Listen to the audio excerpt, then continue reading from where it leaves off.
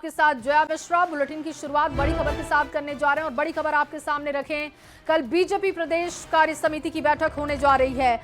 पटना के ज्ञान भवन में ये बैठक होगी। जानकारी है कि रक्षा मंत्री राजनाथ सिंह इसमें शामिल होंगे। सुबह 10:30 बजे से बैठक की शुरुआत होने की जानकारी है। सभी सांसद इस बैठक में होंगे। विधायक, एमएलसी, तमाम बड़े नेता इस बैठक में पहुंचेंगे। प्रदेश कार्य समिति की सभी सदस्य शामिल होंगे।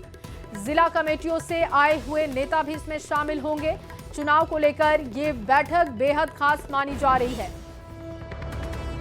और इस वक्त की बड़ी खबर, कल बीजेपी प्रदेश कार्य समिति की बैठक होने जा रही है। सुबह 10:30 बजे का समय इसके लिए बताया जा रहा है और पटना के ज्ञान भवन में ये बैठक आयोजित की जा रही है। रक्षा मंत्री राजनाथ सिंह भी इस बैठक में शामिल होंगे और केंद्रीय मंत्री जीतन राम मांझी ने एक बार फिर से चिराग पासवान पर निशाना साधा है। बड़ी खबर इस वक्त आपको दे रहे हैं। चिराग पासवान के विधानसभा चुनाव लड़ने के सवाल पर मांझी का बयान आया है। मांझी ने कहा कि सभी को चुनाव लड़ने का अधिकार है।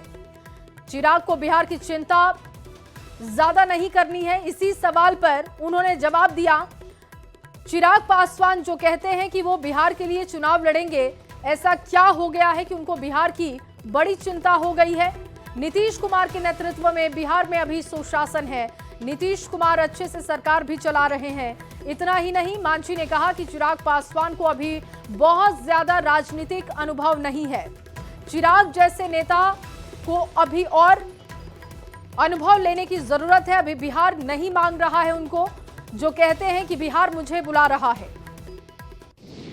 पासवान कह रहे हैं विधानसभा चुनाव लड़ने का उनका मन है। उनकी पार्टी की तरफ से भी ये भूमिका बनाई जा रही है। आपको लगता है कि उनके विधानसभा चुनाव लड़ने, केंद्रीय मंत्री रहते हुए अगर चुनाव लड़ते हैं तो भ्रम की स्थिति पैदा होगी बिहार में मुख्यमंत्री पद को लेकर के, चेहरे को लेकर के एनडीए में?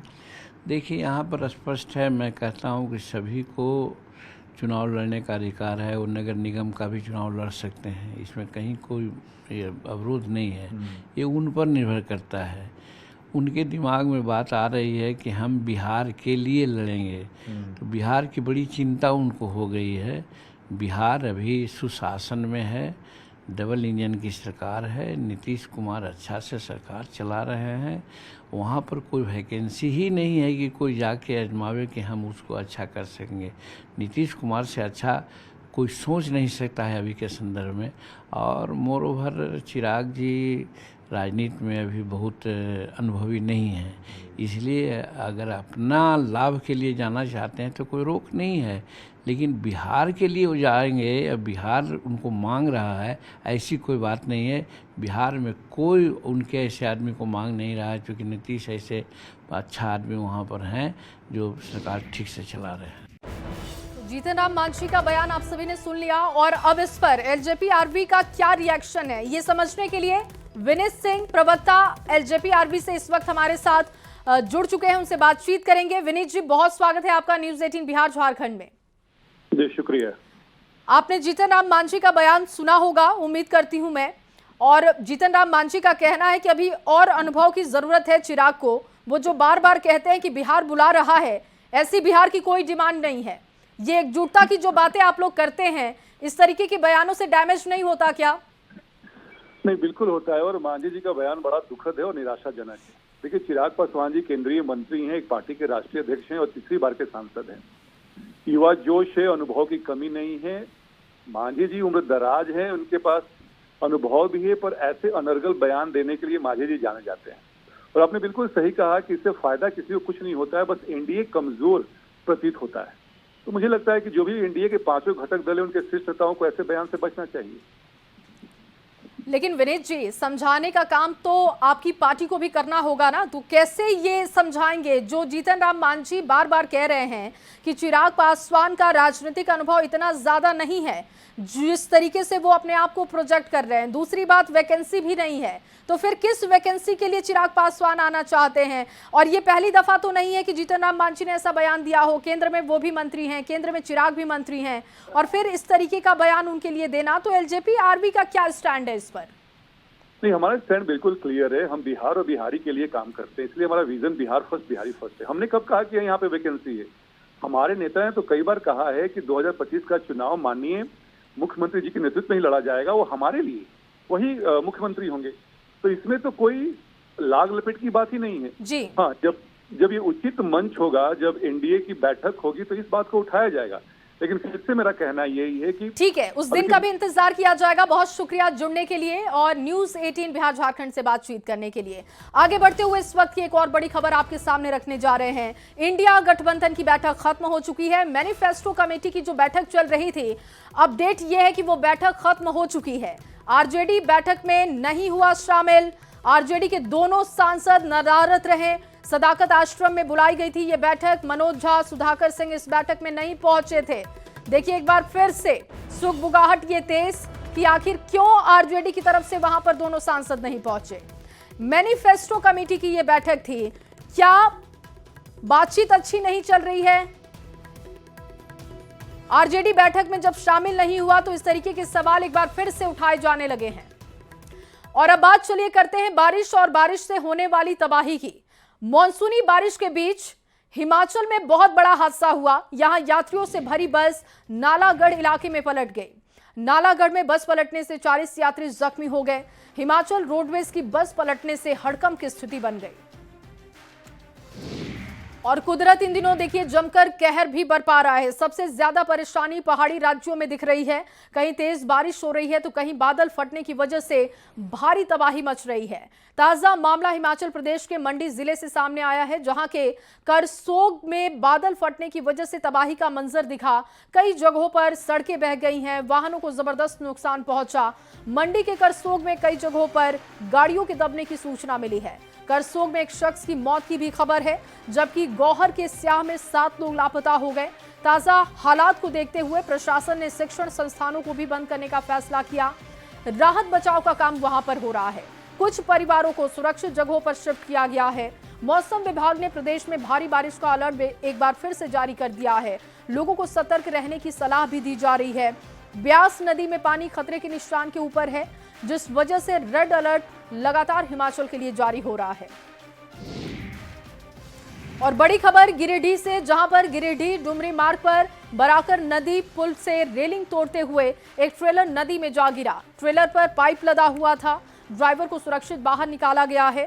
ड्राइवर अकील नवाज ने बताया कि पाइप लेकर गोड्डा से वो गिरिडीह के पिरटांड कुम्हर लालू जा रहा था और इसी दौरान गाड़ी बराकर पुल के पास फिसल गई और रेलिंग को तोड़ते हुए नदी में जा गिरी। फिलहाल गाड़ी को बाहर निकालने की कोशिश हो रही है। 2 साल पहले इसी पुल से सम्राट बस बराकर नदी में गिरी थी। एक बड़ा हादसा हुआ था। और पहाड़ों में हो रही बारिश के बाद एक और जहां पर लैंडस्लाइड लगातार दिख रहा है, तो वहीं बड़े बड़े पेड़ भी टूटते जा रहे हैं। उत्तराखंड के गोपेश्वर मंडल मोटर मार्ग पर मंडल से 15 किलोमीटर आगे चोपता में सड़क पर पेड़ गिर गया, जिससे मार्ग बंद हो गया। मौके के लिए टीमें रवाना की गई और इस मार्ग से केदारनाथ धाम से लेकर बद्रीनाथ धाम आने वाले यात्रियों को काफी परेशानी का सामना करना पड़ा।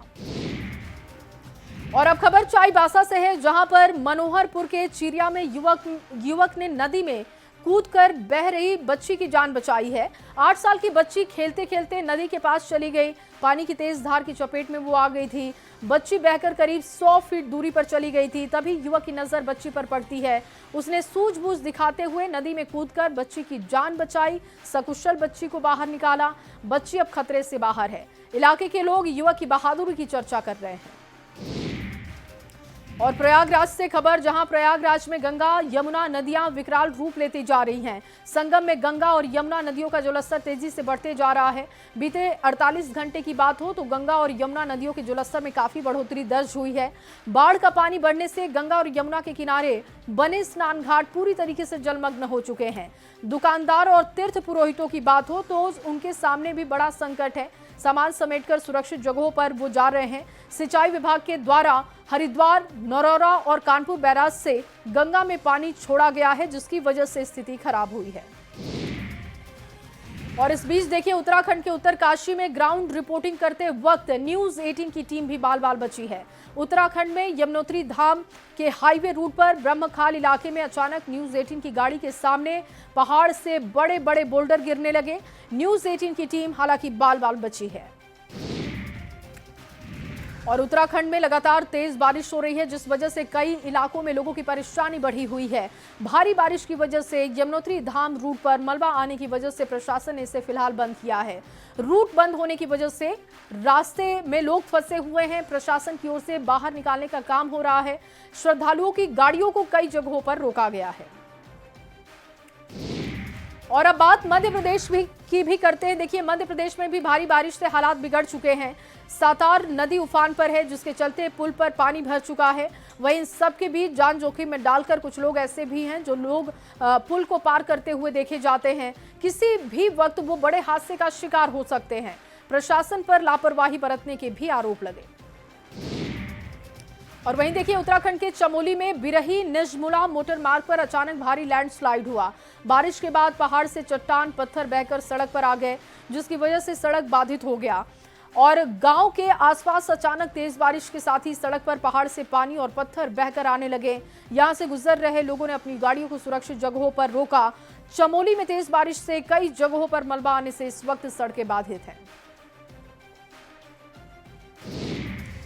हिमाचल प्रदेश की भी बात करते हैं। देखिए, हिमाचल प्रदेश के मंडी में भारी बारिश की वजह से ब्यास नदी उफान पर है, जिससे क्षेत्र में बाढ़ की स्थिति बनी हुई है।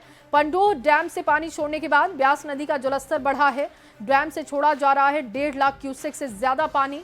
मंडी के पंचवक्त्र मंदिर तक बाढ़ का पानी पहुंच चुका है। कई निचले इलाकों में भी पानी भरने से लोग परेशान हैं। और अब खबर पटना से। देखिए, पटना में भी परेशानी बढ़ी हुई है बारिश के बाद। पटना में एक बार फिर से जल निकासी व्यवस्था की पोल खुल चुकी है। रात में हुई बारिश के बाद पटना रेलवे जंक्शन परिसर में तालाब की स्थिति दिखाई दी। पूरे स्टेशन परिसर में पानी ने कब्जा कर लिया है, जिससे रेल यात्रियों को परेशानी हुई। लोग गंदे पानी से गुजरने को मजबूर हैं।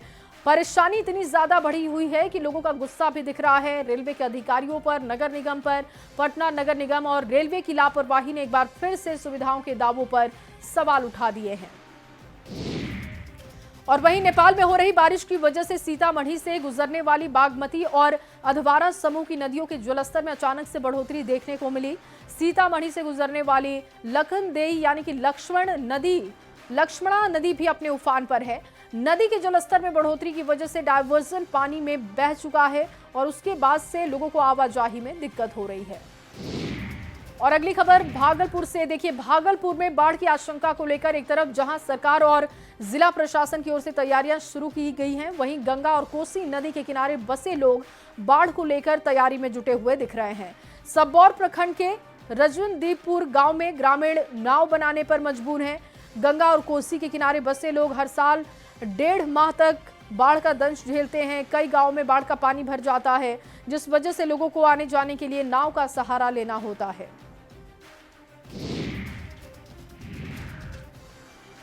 देखी जाती है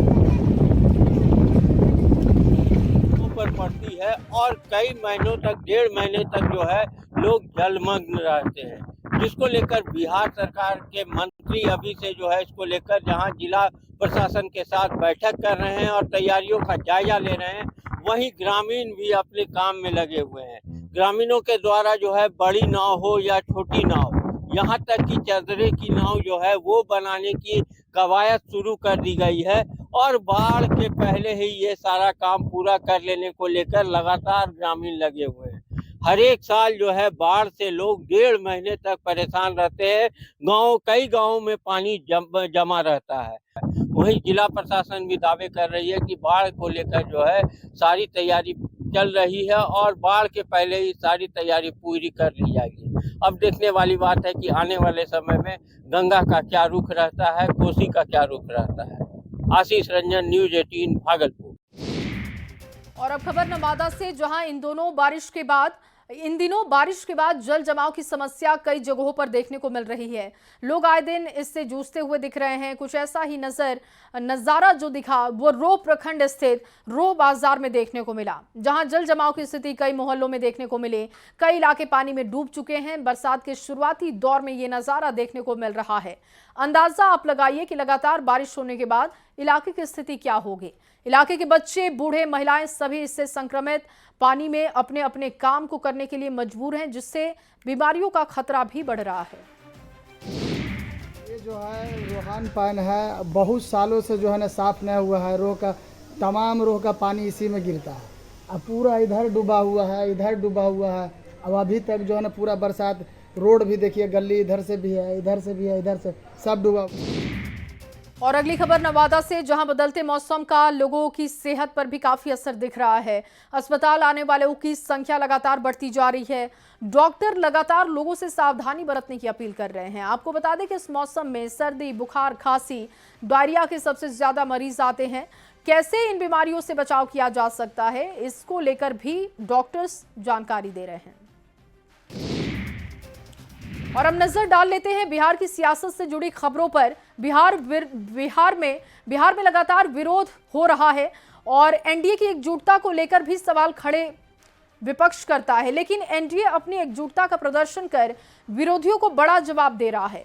कुछ ऐसी ही तस्वीरें दिख रही हैं जेडीयू दफ्तर में, जहां पर कार्यालय के अंदर से लेकर बाहर तक कई पोस्टर लगाए गए, जिसमें एनडीए की एकजुटता दिखाते हुए नीतीश कुमार और नरेंद्र मोदी की तस्वीर एक साथ लगाकर एनडीए सरकार के विकास कार्यों यानी कि डबल इंजन की सरकार के फायदे गिनाए जा रहे हैं।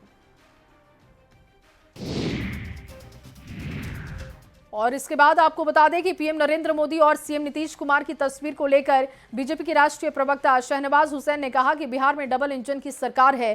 केंद्र सरकार ने बिहार के लिए खजाना खोल दिया है, हर क्षेत्र में विकास हो रहा है। बिहार में मुख्यमंत्री और प्रधानमंत्री की फोटो नहीं लगेगी तो क्या कांग्रेसी नेताओं और आरजेडी नेताओं की लगेगी? ये लोग घबरा गए हैं कि नरेंद्र मोदी और नीतीश कुमार की जोड़ी ने क्या कमाल किया है। इसे देखकर इनकी घबराहट बढ़ती जाती है। देखिए, बिहार में डबल इंजन की सरकार है। केंद्र सरकार ने भी अपना खजाना खोला हुआ है। बिहार तरक्की के रास्ते पर है, प्रगति के रास्ते पर है, विकास हो रहा है, हर क्षेत्र में हो रहा है। रोड, बिजली, पानी, सड़क में बिहार कई राज्यों से आगे। उद्योग में भी, इथेनॉल उद्योग में तो Bihar grain base ethanol industry में बिहार नंबर 1 राज्य है देश का। उसके अलावा कई क्षेत्र में उद्योग लग रहे हैं, रोजगार मिल रहा है, बिहार तरक्की के रास्ते पर है। बिहार में मुख्यमंत्री और प्रधानमंत्री की फोटो नहीं लगेगी तो क्या कांग्रेसी नेता और राजद के लोगों की लगेगी? और वहीं वक्फ संशोधन कानून का विरोध कर तेजस्वी यादव एनडीए की नजर में पूरी तरीके से फंस चुके हैं। दिल्ली से लगातार दूसरे दिन बीजेपी ने तेजस्वी पर निशाना साधा तो पटना से सोशल मीडिया के माध्यम से हमला हो रहा है। बीजेपी और जेडीयू दोनों ने तेजस्वी यादव को निशाने पर लिया है। बीजेपी ने जहां तेजस्वी यादव को शातिर शिकारी बता दिया, तेजस्वी के एक हाथ में संविधान और दूसरे हाथ में शरिया कानून दिखाकर निशाना साधा गया।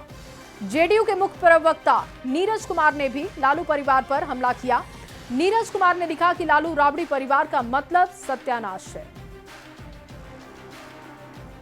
और 2 दिन पहले पटना के गांधी मैदान में वक्फ संशोधन कानून के खिलाफ गोलबंद हुए विपक्ष के नेताओं को लेकर बिहार की सियासत इस वक्त गरमाई हुई है। विपक्ष के नेताओं ने एक सुर में एनडीए पर निशाना साधा।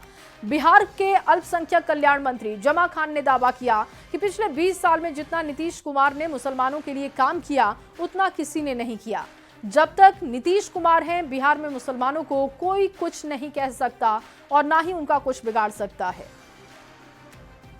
किसी स्टेट का जमीन का आपकी तरह मैसेज देना चाहता हूँ, ये बिहार है, नीतीश कुमार का बिहार है। जब तक नीतीश कुमार जिंदा हैं, किसी की नहीं है कि कोई भी हमारे समाज को कोई नुकसान पहुंचा दे। जमीन का मामला जो अफवाह लोग बनाया है, कब्रिस्तान का मामला, मस्जिद का मामला इतना आसान नहीं है। नीतीश कुमार जी अगर है तो हम सब ये अफवाह फैलाने की कोशिश की जा रही है। मैं ये जरूर कहूँगा, जब तक नीतीश कुमार जी हैं कहीं किसी का नुकसान होने नहीं जा रहा है। जो कहता है ये अफवाह बनाया हुआ है। ज़मीन अभी जानते हैं संविधान में कि ज़मीन जिस स्टेट का ज़मीन का मामला होता है उसका स्टेट गवर्नमेंट का मालिक होता है, जो नीतीश कुमार जी हैं। तो जो कब्रिस्तान का मामला आता है, मस्जिद का मामला को ले लेगा, ऐसी कोई बात नहीं। जब तक नीतीश कुमार जिंदा है कोई माई का लाल मुसलमानों का नुकसान नहीं कर सकता है, बिहार नुकसान नहीं कर सकता है। लेकिन ये जो सियासत हो रही है सर, आपको लगता है कि विधानसभा चुनाव आने वाला है उसमें मुस्लिम वोटरों का नुकसान हो सकता है? उसको लेकर ही लोग कर रहा है राजनीति में। इतना जरूर मैसेज देना चाहता हूँ अपने समाज के, हमारे समाज स्वाभिमानी समाज है, जगा हुआ समाज है। मैं उनसे कहना चाहता हूँ, आप देखो, सोचो, समझो। जो मैं कह रहा हूँ ये नहीं कह रहा हूँ मैं ही सही कह रहा हूँ। आप मंथन कर लो, चिंतन कर लो पूरी आज के 20 साल से आज तक मंथन कर लो, कौन सा ऐसा नेता है जो हमारे समाज का हर तरह से ख्याल रखा हो, विकास के साथ साथ सुरक्षा के साथ साथ स्वास्थ्य भाईचारा के साथ। बिल्कुल, लेकिन विधानसभा चुनाव आपको लगता है कि मुस्लिमों का रुख एनडीए की तरफ होगा? एकदम होगा। अगर बिहार के अंदर विकास चाहिए, बिहार के अंदर सौहार्द भाईचारा चाहिए, बिहार के अंदर अगर मंदिर और मस्जिद का कोई हिफाजत करता है, सम्मान करता है, उस नेता का नाम नीतीश कुमार जी है। जब तक नीतीश कुमार जी कहीं किसी को नुकसान नहीं होने वाला है, इसलिए मैं अपने समाज से कहना चाहता हूँ। और वहीं मुख्यमंत्री नीतीश कुमार की अध्यक्षता में आज बिहार कैबिनेट की मीटिंग हुई। इस बैठक में 24 एजेंडे पर सरकार ने अपनी स्वीकृति दी है। सरकार ने पुनौरा धाम को पर्यटन स्थल के रूप में विकसित करने के लिए 882 करोड़ 87 लाख रुपए की मंजूरी दे दी है। सीएम नीतीश ने सोशल मीडिया पर इसको लेकर पोस्ट किया और खुशी भी जताई है। इसके अलावा कलाकारों को 3000 रुपए मासिक पेंशन देने का भी सरकार ने फैसला किया। और देखिए, बिहार पुलिस में भारी संख्या में कांस्टेबल की भर्ती की गई है ताकि बिहार पुलिस में कर्मियों की संख्या बढ़ाई जाए, जिससे कि क्राइम कंट्रोल में मदद मिले। इस सिलसिले में मुंगेर पुलिस लाइन में डीआईजी राकेश कुमार और एसपी की मौजूदगी में 330 पुलिसकर्मियों को नियुक्ति पत्र दिया गया। डीआईजी राकेश कुमार ने बताया कि मुंगेर में जहां 330 पुलिसकर्मियों को परेड के बाद नियुक्ति पत्र बांटा गया, तो मुंगेर रेंज में भी अन्य जिलों में 990 पुलिसकर्मियों को नियुक्ति पत्र दिया गया है। अब ये सभी चयनित प्रशिक्षण केंद्रों में जाकर ट्रेनिंग लेंगे। नियुक्ति पत्र वितरण समारोह जैसे कि पुलिस में परंपरा है, पहले यहाँ पे परेड का आयोजन किया गया था। उसके उपरांत जो है सभी जो हम लोग के नए पुलिसकर्मी 330 लोग हैं, जिसमें 170 महिलाएं हैं, शेष पुरुष हैं, उन सबका नियुक्ति पत्र आज वितरित किया गया है। और अगली खबर गया जिसे, जहां जनकपुर मोहल्ले में विवाहिता निशा कुमारी की संदिग्ध हालत में मौत हो गई। मृतक निशा के परिजनों ने निशा के पति अभिषेक देवर गोलू और उसके सास ससुर पर आरोप लगाया है। केवल बेटी पैदा करने और दहेज के लिए हत्या का आरोप लगाया गया है। नालंदा के लहरी थाना क्षेत्र की रहने वाली निशा की शादी 2015 में अभिषेक के साथ हुई। निशा की 2 बेटियां हुई। तब से निशा के पति अभिषेक और उसके ससुराल वालों ने लड़का नहीं पैदा होने पर शराब पीकर निशा को प्रताड़ित किया। रुपए की मांग भी की गई। 17 जून को निशा के देवर गोलू ने मोबाइल पर सूचना दी कि निशा ने जहर खा ली है। निशा के परिजन जब गया जी पहुंचे तो निशा की लाश उनको मिले। घटना के बाद से आरोपी पति अभिषेक परिवार के सहित फरार है। घटना के इतने दिन बीत जाने के बाद भी किसी भी आरोपी की अब तक गिरफ्तारी नहीं हो सकी है। निशा के बच्चों ने बताया कि पापा शराब पीकर मां को पीटते थे। वहीं इस मामले में वजीरगंज डीसीपीओ ने इस बात को लेकर कार्रवाई शुरू कर दी है और उन्होंने भरोसा दिया है कि इस मामले में जल्द गिरफ्तारियां भी होंगी। कहीं गए थे मेरी मम्मी के साथ, क्योंकि पापा चोरी करते थे और उसी कारण रात को दारू पी के उसी कारण कस के गला दबा के मार देते हैं। प्रशासन से मांग करो, पुलिस अंकल से क्या मांग करोगे? हम बोले प्लीज अंकल मेरे सारे फैमिली को जेल में कर दीजिए। पापा को जेल भेज दो। सबको हर बार हम बेटी को टॉर्चर करता था, फिर हम बोलते थे कि ठीक है बाबू, हम आपको पैसा कौड़ी देंगे। और चलिए, इसी खबर के साथ इस बुलेटिन में बस इतना ही, लेकिन जाते जाते एक जरूरी सूचना आपके लिए। न्यूज़ 18 ऐप अब नए अवतार में आपको दिखेगा। News 18 app download